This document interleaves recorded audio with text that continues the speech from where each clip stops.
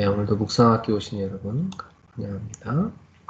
네, 이번 주 우리가 꼭 묵상해야 될 말씀이 주일날 받은 말씀 세 가지가 있었습니다. 네, 한 가지씩 좀 정리하고 우리가 굳게 그 말씀 붙잡도록 그렇게 하겠습니다. 네. 제일 먼저 주일 일부 말씀에 병든 자들을 고치시는 예수님에 대해서 우리가 봤죠. 예수님께서 베드로의 집에 들어가셔서 그 장모님이 열병을 앓아 누워 있으니까 손으로 예수님께 만지니까 그 여인을 괴롭히던 열병이 떠나갔습니다. 그리고 날이 저물었을 때 사람들이 귀신 들린 사람을 많이 데리고 예수님한테 왔죠. 그때 예수님이 말씀으로 귀신들을 쫓아내셨습니다. 그러니까 그 병든 자들이 치유되는 거예요. 예. 그리고 여러 이제 병든 자들이 있었는데 예수님이 그들을 붙잡고 있는 그 악한 영들을 쫓아내시고 그 병들을 다 고치셨어요. 자, 이런 장면을 이제 보면서 마태는 이사야 53장이 떠올랐어요. 그 말씀을 이제 이렇게 간단하게 요약을 해서 이렇게 얘기했습니다. 이것은 선지자 이사야를 통하여 말씀하신 대로 우리 연약한 것을 친히 담당하시고 병을 짊어지도다 함을 이루려 하십니다. 메시아가 오시면 그가 우리 연약한 걸 다 담당하시고 우리의 병까지도 다 짊어지실 것이라고 그렇게 예언했는데 바로 여기 예수님이 바로 그 메시아로 오신 것이구나.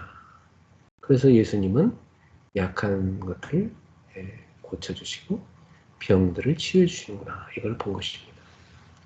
자, 우리도 예수님을 믿을 때에 예수님이 우리의 죄 문제를 해결하시고 우리를 그 죄로 인해 빠져있는 이 사망에서 또 그 사단의 권세에서 해방시켰다는 것을 우리가 믿을 뿐만 아니라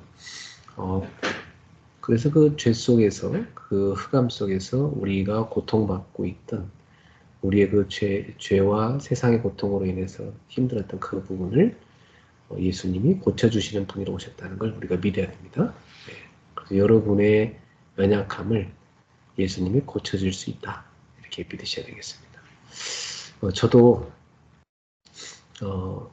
몸이 여기저기 안 좋은 데가 있어요. 사람마다 다 그런 데가 있죠. 그냥 어디 하나도 안 아프고 진짜 나이 50 넘어가고 하나도 아픈 데가 없다. 그 사람은 정말 굉장한 건강한 사람이고요.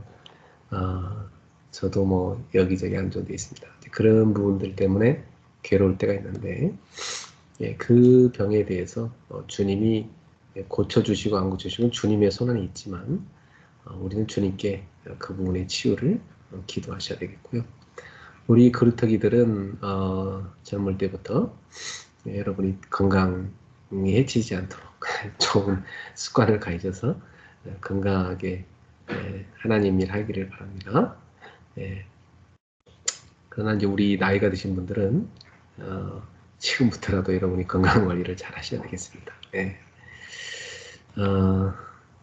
먼저 인간의 생명은 하나님의 손안에 있는 것이죠. 제가 이번 주에 이 설교를 했는데 공교롭게도 그 큰 비행기 사고가 있었더라고요. 저 전라도에서 참 안타까운 일이었는데 비행기에 탄 사람 2명의 그 승무원 빼고 다 죽었어요. 그 사연을 보면 참 눈물 나는 일이 많아요. 누가 뭐 그런 일이 생길 거라고 예상을 했겠습니까? 참 인간의 생명은 하나님이 언제 거두가실지 아무도 알 수 없습니다.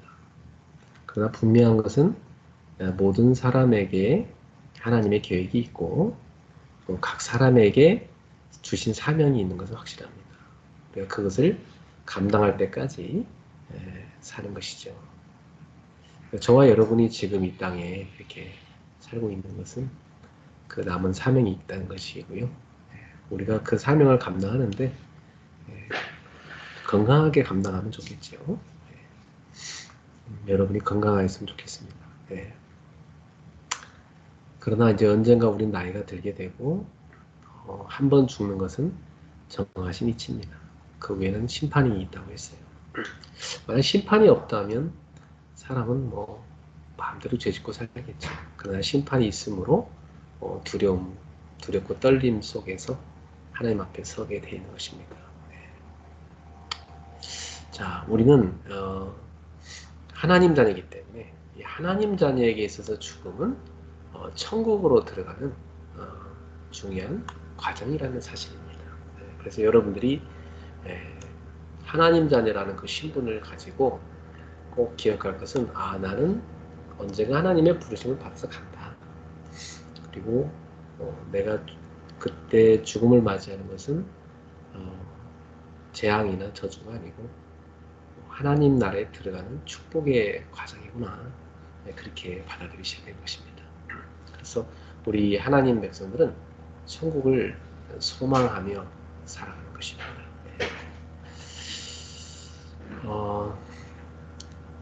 예수님께서는 이 병자들을 고치시면서 동시에 이제 복음을 전파하셨어요. 저도 이번에 박 권사님의 어머님 그 천국 환송식을 이렇게 거행하면서 그 가족들에게 복음을 많이 전했습니다. 우리는 이렇게 복음을 전하는 기회로 삼아야 되는 것이죠. 자, 그래서 복음 받은 분들이 꼭 주님을 믿었으면 좋겠습니다. 자, 성경에는 치유에 대한 약속이 참 많이 나와 있는데요. 그 치유의 약속을 우리가 믿고 붙잡아야 됩니다. 그래서 여러분들이 이 치유의 약속의 성경 구절들을 이번 주에 좀 다시금 좀 붙잡고 묵상했으면 좋겠어요. 여러분의 그 아픈 부분을 주님께서 치유해 주시기를 구하면서 묵상하셔도 좋겠습니다. 이사야 53장 5절에 보면은 그가 찔림은 우리의 허물 때문이요 그가 상함은 우리의 죄악 때문이라. 그가 징계를 받음으로 우리는 평안을 누리고 그가 채찍에 맞음으로 우리는 나음을 받았도다. 여기서 그는 장차 오실 메시아에 대한 예언입니다. 그 이사야의 예언대로 예수님이 메시아로 오셨고 그 예수님이 병자들을 고치는 그 장면을 보면서 마태복음 8장 17절에 이것은 우리 연약한 것을 친히 담당하시고 병을 짊으셨도다. 그렇게 예언된 것이 성취된 것이구나. 이렇게 보십니다. 그렇습니다. 예수님은 우리 연약한 걸 다 담당하시고 우리의 병까지도 짊으셨음을 여러분 믿으시기 바랍니다. 그래서 마가복음 6장 56절에 보면 예수님께서 병든 사람들의 옷가에라도 그 병든 사람들이 예수님한테 찾아와서 정말 예수님의 그 옷가에라도 손을 대시게 해달라고 그렇게 간구를 해요. 그리고 예수님이 그걸 허락하시니까 예수님의 그 옷을 만지기만 해도 치유가 되는 일이 일어나고요. 그리고 예수님이 그들의 아픈 데를 손을 대자 그들이 다 치유되는 역사가 일어났습니다. 그래서 오늘도 주님, 저의 이 아픈 부분에 주님께서 손 얹어 주시고 저를 고쳐 주십시오 하고 여러분도 그렇게 손을 얹고 예수님의 이름으로 기도하시기 바랍니다. 마음 16장 17절 18절에 보면 믿는 자들에게는 이런 표적이 따르리니 곧 그들이 내 이름으로 귀신을 쫓아내며 새 방언을 말하며 뱀을 집어올리며 무슨 독을 마실지라도 해를 받지 아니하며 병든 사람에게 손 얹는 즉 나으리라 이렇게 말씀하셨어요. 여러분 이 말씀을 믿고 주님의 이름으로 손 얹어 기도하시기를 축복합니다. 자, 이 병이라는 것은 왜 오는 걸까요? 사실은 이 병이 오게 된 것은요. 창세기 3장에서부터 시작이 됐어요.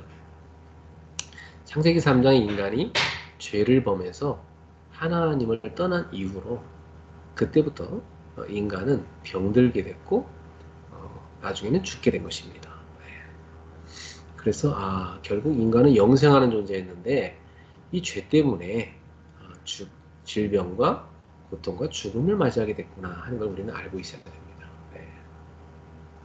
그래서 예수님은 우리를 이 죄로부터, 이 질병으로부터 자유케 하려고 사실은 오신 거예요. 네.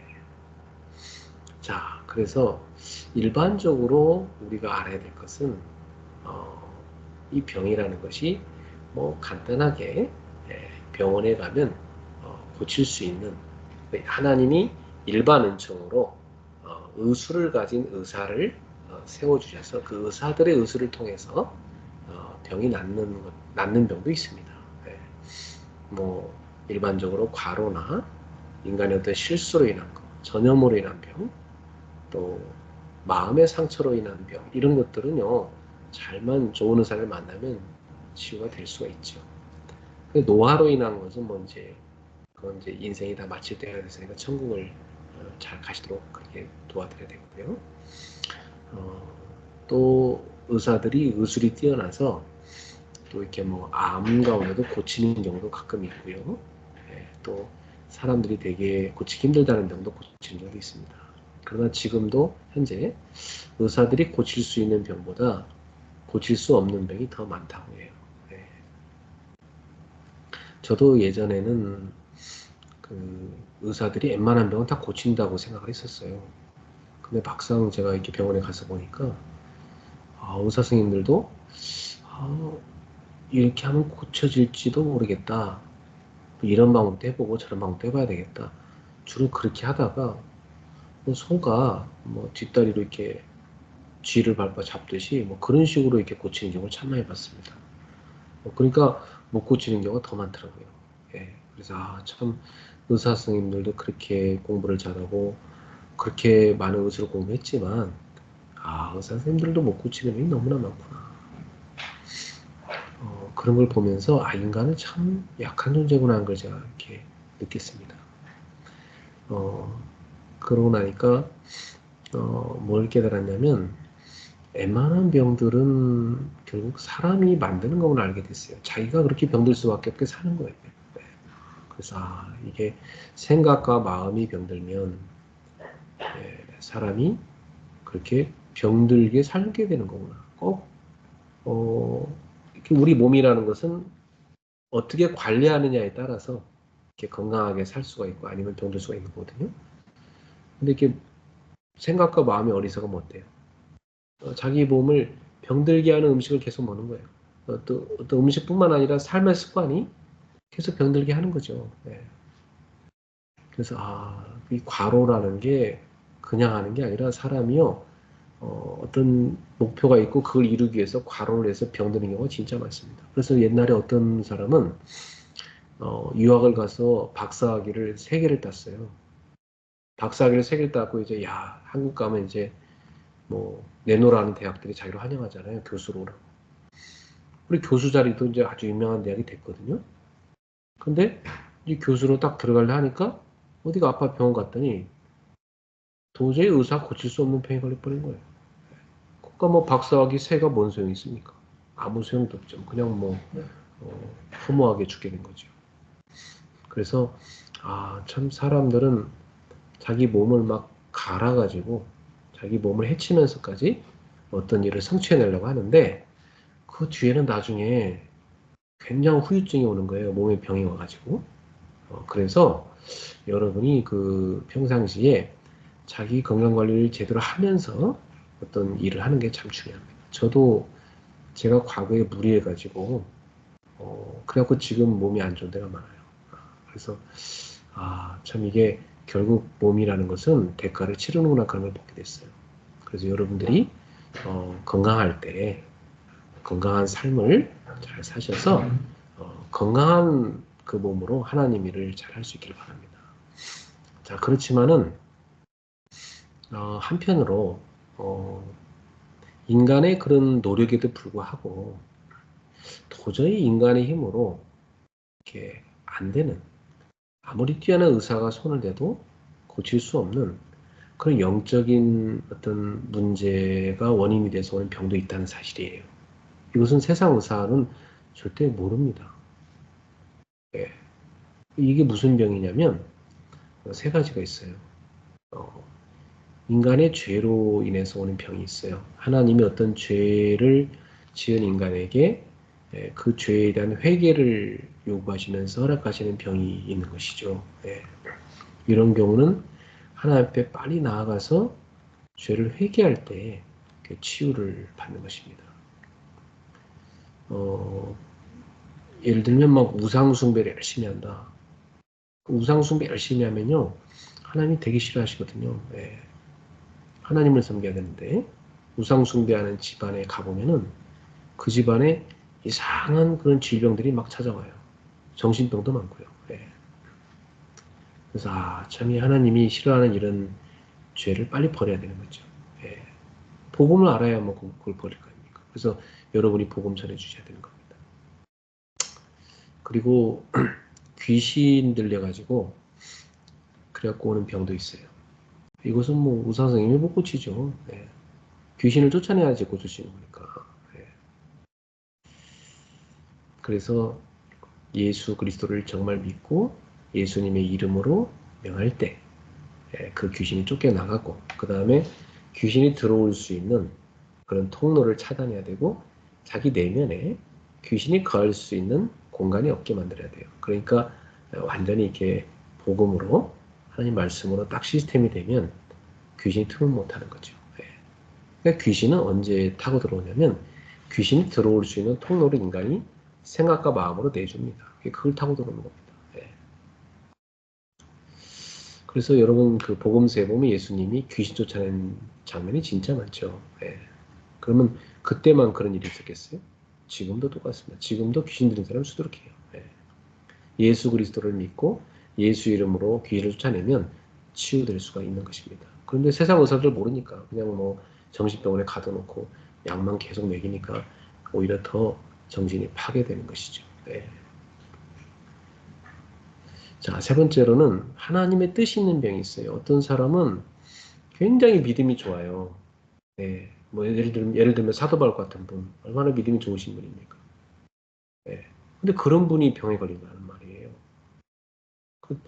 저도 많이 봤는데 한국계 네노라는 목사님들 가운데 되게 훌륭한 분들 많았는데 그 한국의 대표적인 큰 교회를 만드신 분들이고 그렇게 설교도 잘하시는 분들이에요. 근데 그분들이 다 하나같이 굉장히 심각한 병에 걸려서 고생하다가 돌아가셨어요. 왜 그렇게 주님을 위해서, 주님을 사랑하고 주님을 위해서 일하는 주님이 사랑하시는 종들인데 왜 그분들한테 주님이 그런 병을 허락하셨을까요? 내가 가만히 그분들 간증을 들어보니까 야, 저분들은 참 병에 걸렸지만 병을 정복한 분들이다 이렇게 느낄 정도로 믿음이 좋으시더라고요. 그리고 어찌 보면 저분들한테 저 병이 있었기 때문에 저분들이 저렇게 큰 믿음을 가질 수 있는 게 아니었나 이렇게도 보이더라고요. 사도 바울도 그랬어요. 사도 바울도 주님께 그 병을 고쳐달라고 그렇게 간절히 기도하는데 주님이 안 고쳐주시는 거예요. 왜냐? 그게 사도 바울한테 유익하다는 거예요. 아니, 병 걸린 게 뭐가 유익합니까? 근데 그 뭐냐면 사도 바울이 영적으로 너무 깊은 체험들을 했거든요. 사람이 자기도 모르게 교만해질 수 있어요. 근데 사도 바울에게 하나님이 이 병을 허락하셔가지고 이 바울이 교만할 수 없게 만드신 거예요. 그래서 정말 자고하지 않고 겸손하게 만드신 거예요. 그래서 사도 바울이 연약하기 때문에 주님만 의지할 수밖에 없는 거예요. 그래서 그가 교만에 빠지지 않고 끝까지 겸손하게 하나님의 일을 하게 하신 거죠. 그래서 그것은 사도 바울에게 허락하신 은혜였구나. 그게 사도 바울에게 주신 육체 주신 가시가 그 사단의 메신저를 보내고 바울을 계속 찌르게 했는데 그게 사도 바울한테 주신 은혜였구나를 바울이 깨달은 겁니다. 이런 병도 있어요. 자, 그러니까 이런 세 가지는요 하나님의 뜻이 있는 겁니다. 자, 그러니까 이 죄와 마귀로 인한 병은요 복음을 제대로 알면 치유가 될 수 있는 거고요. 그리고 하나님의 뜻이 있는 그런 병은 그 사람한테 주신 은혜니까 그걸 은혜로 받아들이고 감사하며 살아가야 되는 것입니다. 자, 그래서 어떻게 치유하는가? 잘못된 치유법은요, 이런 세상의 육신적인 방법만 의지하는 거예요. 또 막 미신 같은 거죠. 그런 건 잘못된 거죠. 올바른 치유는 뭐냐면 영적인 치유를 먼저 해서 먼저 그 영혼이 생명을 얻어야 돼요. 예수님을 영접하고 그리고 늘 기도하고 말씀 보고 성령 충만을 받아서 영적으로 힘을 얻어야 되는 겁니다. 그러면서 이제 죄를 끊어야 되는데 이 죄라는 것은요, 잘 끊기 힘들어요, 여러분. 하나님의 은혜가 덮어 씌워져야만 그 죄를 끊을 수가 있습니다. 인간은 회개하고 또 죄짓고 회개하고 또 죄짓고 그러잖아요. 네. 그러니까 하나님의 그 은혜 속으로 깊이 들어가야 이 죄를 끊을 수가 있는 거거든요. 그 다음에 환경도 고칠 수가 있어요. 내 환경이 늘 그 죄를 짓는 그런 환경 속에 들어가면 그 속에 살 수밖에 없는 거죠. 뭐. 우상을 늘 따라가고 하나님보다 다른 걸 더 우선시하고 그런 환경 속에 있으면은 사실 은혜 받기 힘들어요. 그래서 환경을 예배와 기도와 이런 빛의 모임 속으로 그렇죠?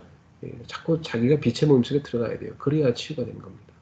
그리고 이제 의사도 만나서 진료도 받고 약도 먹고 또 운동도 하고 좋은 음식도 먹고 이렇게 이제 물리적인 치료를 하면은 이제 건강해질 수가 있는 것이죠.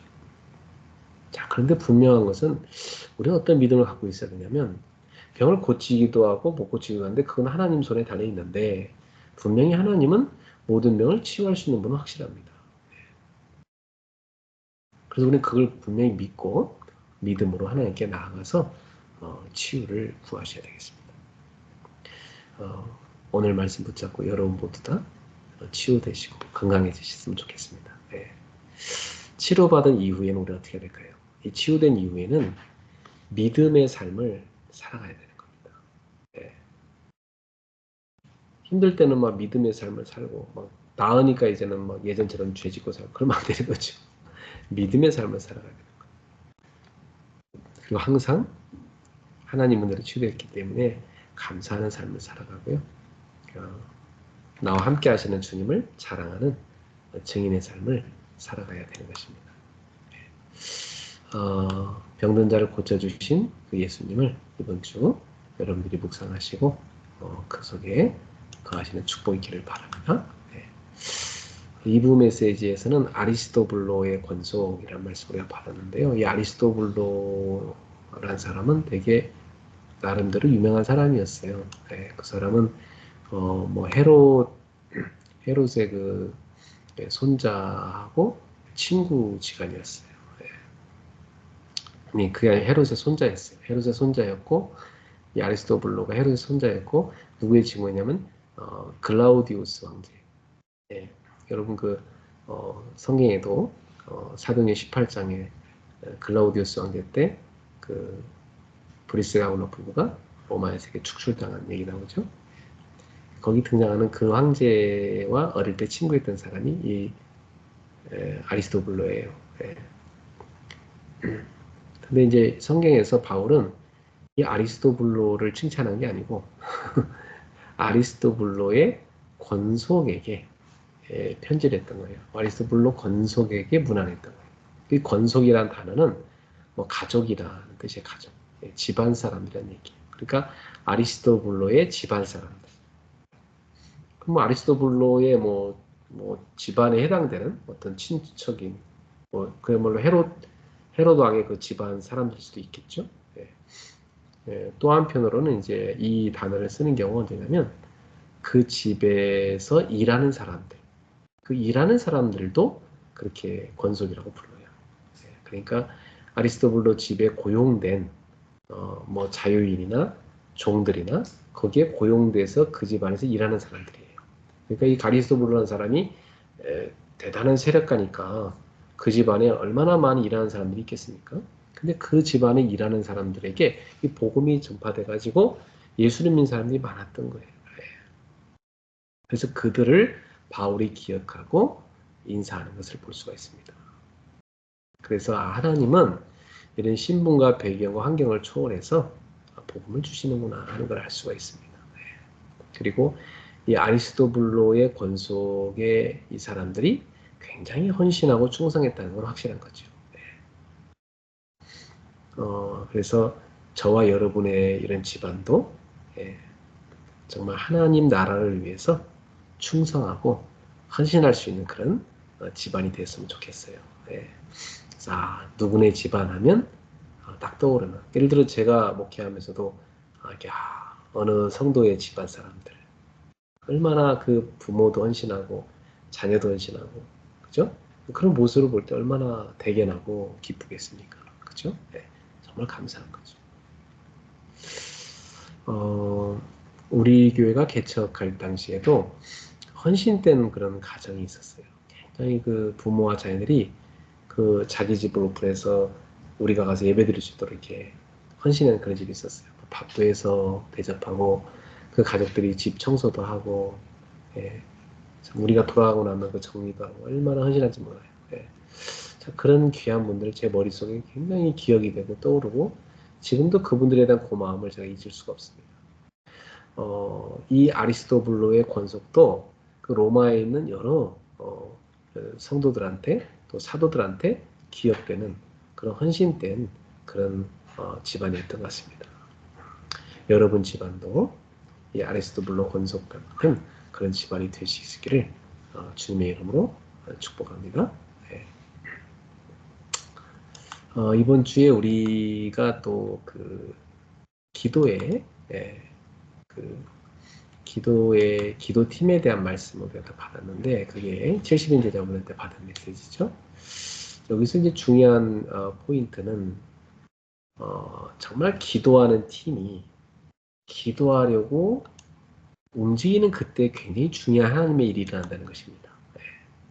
이 사도 바울의 그 기도팀이 이제 선교를 나가서 기도를 하려고 움직이잖아요. 그래서 이 빌립보에 기도할 곳이 어디 있을까? 한번 그곳을 찾아가 보자. 거기 가면은 믿음이 좋은 갈급한 그런 사람이 있을 것이다. 우리가 그런 사람을 먼저 찾아보자. 그래서 이 빌립보 지역에는 회당이 없으니까 물가로 간 것입니다. 그 물가에 갔는데 누구를 만났습니까? 루디아를 만난 거죠. 주님이 그 루디아 마음을 여신 겁니다. 여러분 이렇게 우리가 기도하는 팀이 정말 기도를 진짜 하려고 기도하는 장소를 찾으려 움직이는 그때 굉장히 중요한 하나님의 역사가 일어났는데 그 지역을 살린 제자와의 만남의 축복이 일어나게 됐고 그 루디아의 집이 지역복음화를 위해 쓰임받는 집이 된 것입니다. 네. 그러니까 이렇게 기도는 너무 중요한 거예요. 네. 우리 기도팀 운동이 우리 교회에 일어나서 곳곳에서 기도 운동이 났으면 좋겠어요. 그야말로 기도는 영적인 호흡이고 하나님과의 교제를 통해서는 생명력을 누리는 것이고 24 하나님과 소통이 이루어진 게 기도 아닙니까? 이 영적인 싸움에 승리하는 비밀이 기도예요. 네. 성도에게 준 무기죠. 네. 이 기도는 시공간을 초월해서 하나님의 역사를 가져옵니다. 우리의 한계를 뛰어넘을 수 있는 힘이에요. 그러니까 여러분 집에서도 기도팀을 만들고 일터에서도 기도팀을 만들고 곳곳에 우리는 그런 빛의 모임들을 만들어 가셔야 되는 것입니다. 네. 그래서 우리 기도팀들이 모일 때마다 교회에 준 기도 제목들을 갖고 계속 기도하셔야 돼요. 우리 교회 3제자가 일어나도록 기도하시고 네. 우리 237학사에 하나님이 예배한 제자가 들어오도록 기도해 주시고 네. 원단 예배 주신 이 말씀 붙잡고 기도하시고 그죠? 여러분 성탄 열 때 전도한 사람을 또 교회에 잘 정착시키도록 기도하시고 이번 일본 지교회 캠프를 놓고 또 기도해 주시고 우리 성도들을 위해서 또 우리 고3 학생들을 위해서도 기도해 주시고 이렇게 여러분의 기도가 하나님께 올려지기를 주님의 이름으로 축복합니다. 기도하겠습니다. 하나님 아버지 감사합니다. 오늘도 우리에게 변함없이 말씀을 주시고 성취시키게 하시는 주님을 찬양합니다. 우리 성도들이 항상 말씀 가운데 깨어있고 말씀을 묵상하여 자기 것으로 누리고 성취를 누리고 증인되게 해 주옵소서. 예수님의 이름으로 기도합니다. 아멘.